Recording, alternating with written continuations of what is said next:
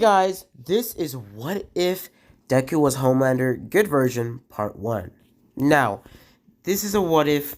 I was kind of putting it on the back burner, but someone requested it, and he's been a long time subscriber, and also, he pretty much does a lot of pretty much request videos, and most likely I'd do them, mainly because, well, there's some of them are good ideas, and others, just because I need to get a video out pretty quick.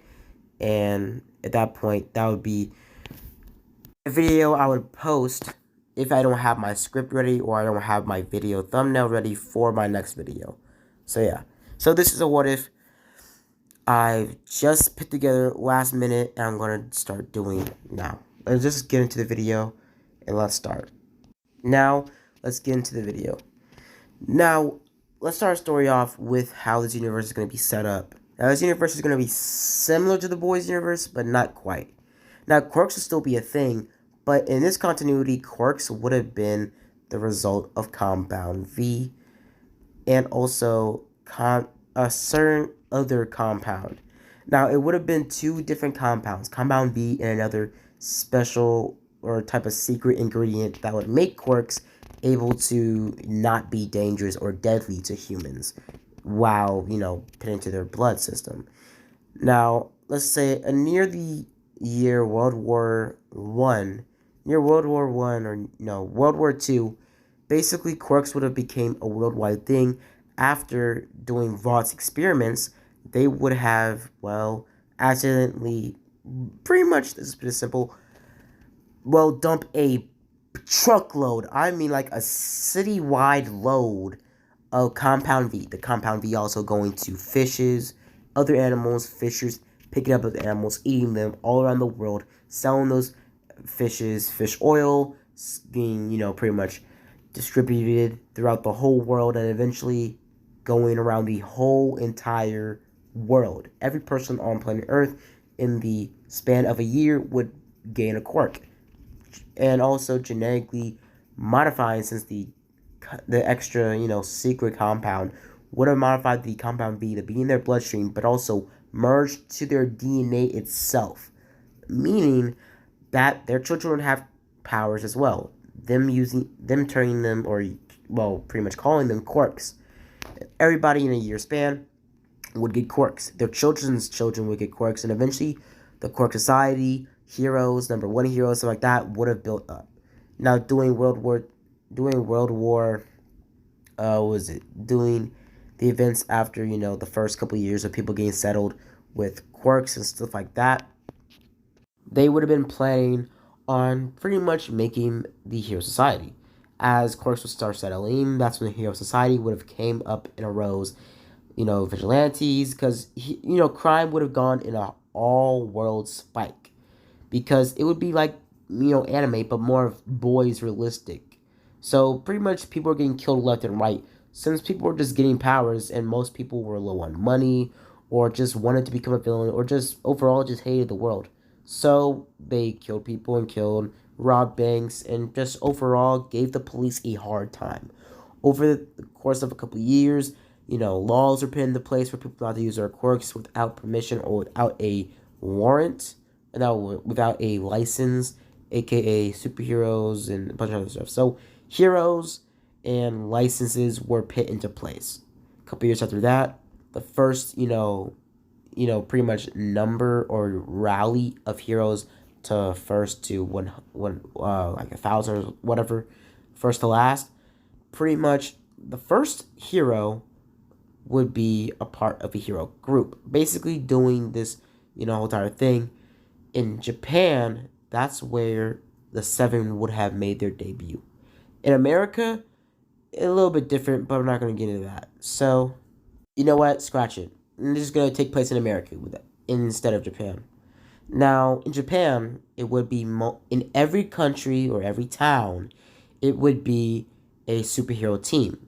Standardly, a 5 or 4, maybe 2 if it's a pretty much duo or a trio. Now, normally, it would be no more than 6 members of a hero group in each country, but America wanted to be different, so we did seven. They made the seven, and the seven would have been a program over the years. Now the seven would have started out with the first core members, about five members intact, and about a couple more that were quirk users, but weren't really powerful. Just there for marketing and stuff like that. That had glamour powers that couldn't really do much damage and didn't really make a difference. Like people that had powers to make lights, flashlight hands, or people that had powers that can, make fireworks, but the fireworks weren't dangerous. So yeah. Also other people or the other person that had a power, they could literally just turn things into different colors and make them, glow bright and sparkle, but they didn't do nothing. They could have made an item like super shiny to a point where it blinds somebody, but they would have to grab an item towards near them and make sure they close their eyes as they turn that item into a shiny item, meaning that they can blind themselves if they use their power too quickly. So it would be basically useless power in terms of combat. Now, over the years, pretty much superheroes or heroes would become way more popular, market deals, and a bunch of other stuff. And other younger heroes or younger teenagers wanting to be heroes as well, leading into, Hero Academy, stuff like that. Now, Yue would have been stationed in America, and Azawa would have been from Japan, but would have moved to America to pursue a bigger type of, hero life. Now, Azawa would have been a part of the seven, meaning that the current seven in this continuity would have been the core seven or the top seven, pretty much pro heroes in My Hero Academia, including the first like three, the main three of the seven I'm going to be talking about, and a couple others are going to be switched in and out. But the main three members of this universe's seven I'm going to be talking about a lot. It's going to be what was it? All Might. Sorry, All Might. I don't remember his name, but no, it was All Might, Endeavor, and the number 3 hero. I forgot his name. I don't remember what his name was. Ah, man. But I do remember he had some sort of flight power. He's going to be a lot more, crucial in episode 2 or part 2. But for now, we're going to talk about Endeavor, All Might, and a couple other heroes that will make a big standpoint or a big, pretty much dash into this, pretty much, story. Now, if you guys are wondering why my voice is so scratchy, I got sick a couple days ago, and now my voice is just cracking all over the place. But let's just continue with the story. Now we start our main story after the whole entire, how this universe is set up. We start our story with Izuku Midoriya, as Izuku was born genetically. Now, since quirks over time would become weaker and more standardized, wouldn't really be that big. Most people, 50% of human population, maybe like 90 something or 80 or 70% of the human population would get ticket quirks, but not super big quirks to a point where they become like, super famous and rich like All Might or Endeavor. But quirks that would get them landed near like the last 3 picks of the 7. Or pretty much land them some, roles of other superhero teams, or a more, statistically, if you're not on a superhero team, you're either a solo hero in America or Japan that is paid by how many people you save and how much credibility and pretty much online hype you get from people. Basically, it's kind of like a social media or YouTube type thing. How many times you save somebody, or how many times, pretty much people love you or give you likes, or, how many followers you have, is the total amount of money you get. So you got 1,000 subscribers or 1 million subscribers, you get that much money every 2 months. So yeah. Every soup that starts out with, their hero, pretty much their hero stuff, basically they start up with about 500 followers that are already bots, because they do need money to continue with the superhero thing. So the USA gives them that. So yeah. So basically, quirks weren't that strong anymore. But sorry for the jump, but basically with Deku's case, his mother and father basically had him. And in this universe, you instantly know somebody has a quirk or a power because the first minute of them being born, their eyes glow bright blue as a, effect of how human DNA is now emerged with the DNA of, Compound V. Basically, making sure a person is, a quirk user or has a power. The world be similar to the boys, but a mixture of My Hero. When Deku was born, in the first minute where he was born, he didn't have any glow, nothing. And this is the first time in years anybody in society was born without a quirk, even with a stupid or pointless quirk that can't really save them or can't really give them any type of hero career. But still, you would have a quirk. But this is the first time in years since the quirks, of course, were embedded into society that a person was born without a quirk. Since Compound V in human cells were so potent at this time. Now some people around the world would be born without a quirk, but still, basically have some sort of, let's just say, gift about them. Like they're smarter than the average person, faster, or just a natural athlete or something like that. Something that makes them special, but doesn't make them super. But with Deku, there's nothing special about him. He was an average baby. By the time Deku was about 1 month old, they analyzed Deku's powers, or analyzed Deku's body, and found out that his body somehow has completely and utterly just lost the effect of Compound V altogether. He was the first normal human since, before World War II. Now, after that, they would have tried to experiment on Deku. Since Deku was a blank canvas, since his body could react so dramatically, sorry, I can't pronounce the word. His body can react so badly with Compound V if it was put into his system. So normally, what scientists do, they experimented. So they paid Deku's father and mother a crap ton of money to take him, just to grab him and take him. So what happened is, Deku was taken. Deku was experimented on by the time he can walk, and he was experimented on before that to see how his DNA worked. Now, as they would look at his DNA and expose to the Compound V, they would see that his DNA somewhat was able to be modified to make Compound V work how they wanted to. So they took his DNA, modified it for years until Deku was about 1 years old when he started to gain some consciousness, or pretty much become human, actually think as. And that's when Deku would start to walk a little bit. Now, as Deku would have been experimented on, and eventually over years, a year of them working on his DNA, they'll be able to modify his DNA specifically to what powers they wanted to give him and what powers to take away from him, in case Compound V worked a little bit differently or unpredictable. As they would inject it into Deku's cells, body, and bloodstream, even his bone marrow, making sure it was completely completely solidified into his body, his being, as he would wake up one day and he would just feel better, powerful, godlike even. As over time, Deku would grow up, they would experiment with him, treat him like a test subject, would not treat him like a human.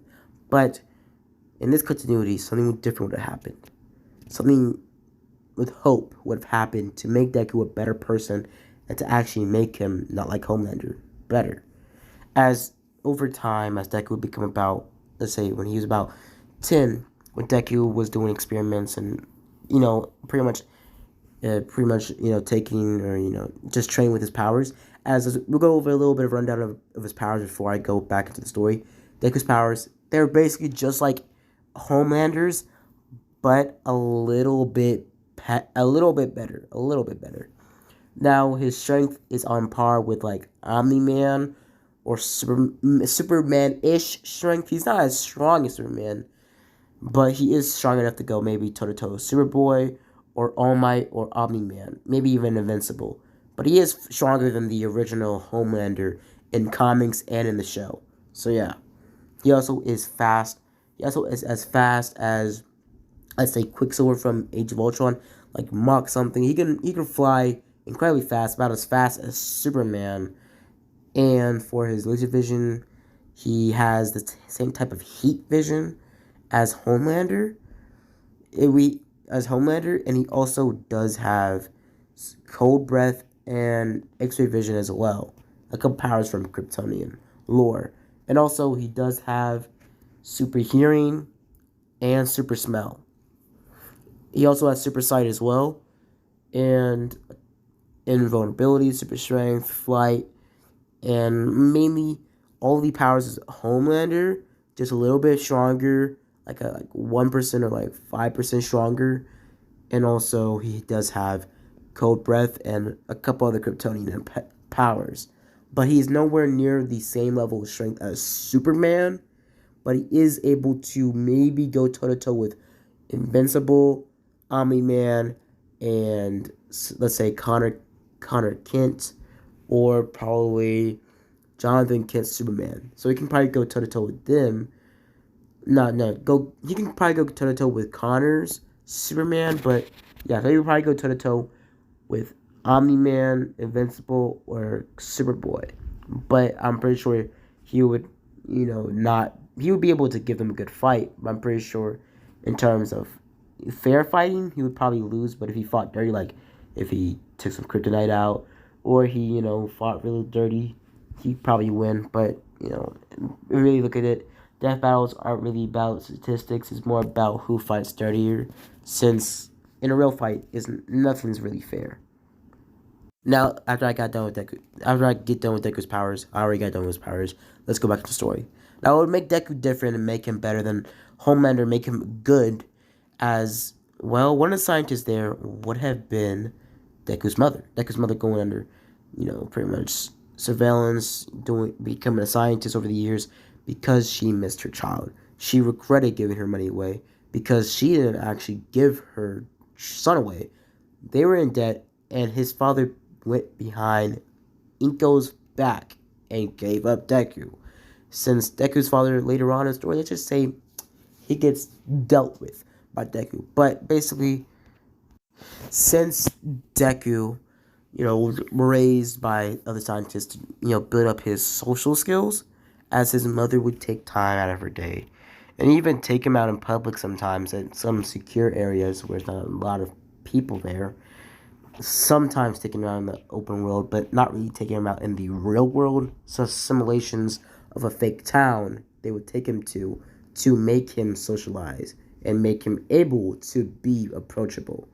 So he would be a good hero or be good for, so pretty much, let's just say, pretty much political stuff like that, hero stuff. As over the years, Deku would have been raised by Inko in a fake town or fake city nearby the pretty much incorporation or the testing facility, the testing area they were testing or experimenting and training Deku at. As Deku would be trained in more of a outsetting area, eventually him obtaining his flight by the age of 15. Eventually him obtaining or developing most of his powers as best as he can at that time. As he would have developed all of his powers, him having somewhat complete control over them, and him also being able to fly semi well. Kind of like how Mark was starting how to fly. As, he can create his own leverage, just as Vultramites do. Meaning he doesn't have to jump off to fly. So yeah. So after pretty much what would happen, as Deku would be raised by his mother and have a loving mother, meaning that he would have eventually, he would have, let's just say, grown up with a foundation of love and learn morals and support and be able to fall on things and you know basically just have a good conscience. To put it simple, he would have a good conscience and he would have hope, willpower, because if you really think about it, Homelander with his origin, as we saw in the last episode of that little spin-off show they made for the boys, and video on what was it, Amazon Prime. Basically, we see that Homelander tried to start off being good, but over time, being good was too hard for him. As most heroes in real life, willpower and being able to look, past the more impossible parts of anything, trying your best, trying to be something, trying to be a symbol, trying to be a hero, doing your best, looking against impossible odds, and trying to be that hope, that symbol, that shining light is impossible for a person to live up to. To a person to truly say that they will be a true hero is hard to actually, you know, actually stand by that. But in Deku's case, with his morals and as Deku's mother would know how strong he is and how easy it would be for him not to care, for him to just let it go. She really put more morals and support and stability into him, tried to raise him as best as she could possibly raise him. As Deku turned 15, as they would have wanted to put Deku in, UA school, so Deku UA school, so he would get the license, so he can, basically, become a hero. Now, Vought could have just forced him a hero license, but what's the fun in that in the storytelling? So, pretty much what happened is Deku would have been 15 when he started to go into more like straight up, drill training by a couple of the quirk users that had some sort of like Hulk type, pretty much quirk type strength. As they would train Deku like a boot camp near other, students over the 10-month art training, eventually them basically getting ready for the entry exams. As Deku, since he would be, pretty much, supported by Vought, as Vought would have been, still a company in this world, but they wouldn't be selling chemical V. They would have been selling Compound V. They wouldn't be selling Compound V. They would have been selling Compound Z. Compound Z is basically just this universe's version of quirk boosting drug. Basically, it's just this universe's version of boosting powers or drug boosting stuff like that. Stuff like that for people that have weaker powers. Now, most heroes in the 7 don't really use them since their powers are already as best as they can be. And plus, there's no real reason for them to use them. But some heroes, not All Might or Endeavor, none of them use, let's just say, the things you should not be using. But let's just, continue with the story. Now, basically, as Deku would go to the entry exams, not entry exam, he would get you'd get a recommendation. He would pass a recommendation trials or tests, and he would go straight to Class 1A. As he would walk into Class 1A, as he would see kind of the same, basically, you would see the exact same cast of anime characters in the room. Pretty much. So, Denki and most of others would have still been, Japanese. Now, hear me out. Okay, so Sugar Rush would be American. Kirishima would be Irish, but he wouldn't have an Irish accent or anything like that. He would just be, Caucasian, but look Japanese for some reason, just for, imagination's sake, so you guys can imagine him as the same art style. Now, Ida would have been Japanese as well, but he would have been half American or half, white. So, yeah. And let's say, who else? Mineta would be American. And who else would be changed? Duplo Arms would be changed to Hispanic. So yeah. So let's just, pretty much dive right into the rest of the story, or the ending of the episode. Now, pretty much, well, Deku would walk into class, he would sit down, and he got a smile on his face. Him being raised to have the same type of quirky personality as Deku would have in canon, as they would have all been told to, get up as from Azawa and get ready to get, quirk assessments. Now, as they would get quirk assessments, as they would get into their sports outfit or sports uniforms, if they would have gotten their sports uniform, Deku would be told to throw the ball first, as he would have had the highest score in the, pretty much the highest score in the suggestions, or pretty much I don't remember what it was called. Sorry, but whatever. So basically, Deku would be told to throw the ball first. As Deku would grab the ball and he would throw it as hard as he can, chucking the ball pretty much out of space and into the sun, as he would have got the highest score there. Now, he wouldn't got an infinity, but he would have got the highest and fastest score out of everybody. But Ochaki would still get infinity using her powers, and everybody else would have the same powers as in canon. And if you're wondering about Quirker Racing, pretty much powers, they would also still work just the same.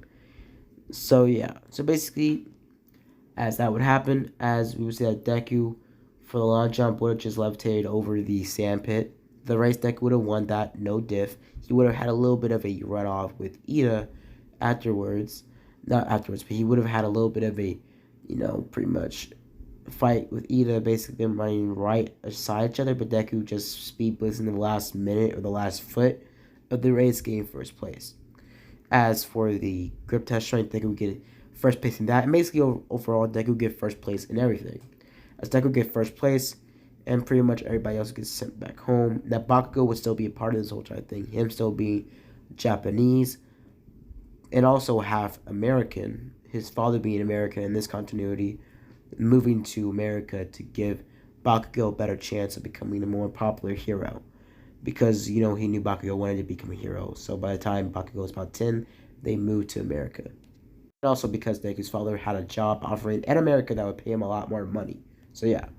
So after that, everybody was sent back home with their, pretty much with their syllabus. And Deku would go to a nearby, pretty much would go to a nearby, hotel apartment complex. As he would go there to meet up with one of the vault members giving him a address of a penthouse not far away from My Hero Academia, or My Hero Academy. As he would go there, it would basically just be a giant penthouse where he would be given food regularly and basically be able to chat with his mom on FaceTime regularly and stuff like that. Just overall, just a place to himself that would constantly be modernized. Now, constantly be filled up with food each time Deku left for school. Now, as that would happen, as I'm going to leave it off here, guys. I hope you guys enjoyed the video. Hope you guys like and subscribe. Now, guys, I know this video was mainly all about how this universe is built or how this universe is like, but, well, this is going to be my new what if. What if Deku was Homelander, good version, part 1. Now, if this does good, maybe after I finish this, because I'm going to finish this in at least like 8 parts, I'm going to also maybe do a evil version if you guys want that, a villain version if you guys want that. Now, I hope you guys enjoyed the video. Hope you guys like and subscribe. As always, guys, have a blessed day.